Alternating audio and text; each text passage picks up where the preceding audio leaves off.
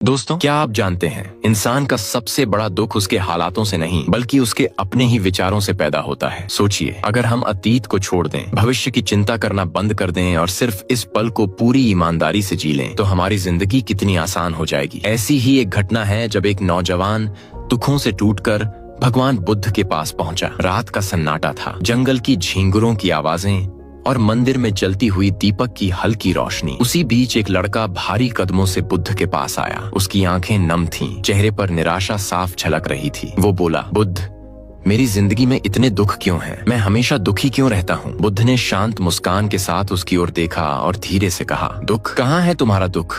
मैं तो कुछ नहीं देख पा रहा। लड़का हैरान होकर बोला, बुद्ध, दुख मेरे भीतर है, मेरे अंदर। बुद्ध ने गंभीर स्वर में पूछा, लेकिन तुम्हें कैसे पता कि दुख तुम्हारे भीतर है? लड़के ने थरथराती आवाज में कहा, क्योंकि मेरी जिंदगी में कोई खुशी नहीं है, कोई मायने नहीं है, हर दिन खालीपन है, निराशा है। बुद्ध ने गहरी सांस लेते हुए कहा, जब दुख तुम्हारा है तो उसके कारण को भी तुम ही खोज सकते हो, लेकिन तुम उम्मीद कर रहे हो कि मैं बता दूं। यही तुम्हारी सबसे बड़ी भूल है। जब तक इंसान दूसरों पर निर्भर रहेगा तब तक दुखी रहेगा। अगर किसी ने तुम्हें खुश कर दिया तो अच्छा लगेगा, और अगर किसी ने ध्यान न दिया तो तुम टूट जाओगे। असली खुशी तब मिलेगी जब उम्मीदें खुद से रखोगे, न कि दूसरों से। लड़का चुप था। बुद्ध ने पास पड़ी एक फूल की कली उठाई और कहा, देखो इस फूल को। रात में ये कली होती है, सुबह खिलता है और शाम तक मुरझाकर मिट्टी में मिल जाता है। अगर ये फूल पहले से सोच ले कि शाम को मैं मर जाऊंगा, तो क्या कभी खिल पाएगा? क्या कभी अपनी खुशबू फैला पाएगा? इसी तरह अगर तुम हर वक्त दुखों पर ही ध्यान दोगे तो कभी जिंदगी की खूबसूरती नहीं देख पाओगे। लड़के की आंखें झुक गईं। बुद्ध आगे बोले, इंसान का सबसे बड़ा दुख है अतीत पर पछताना और भविष्य की चिंता करना, लेकिन असली जिंदगी तो इसी पल में है। अगर तुम इस क्षण को पूरी तरह जी लो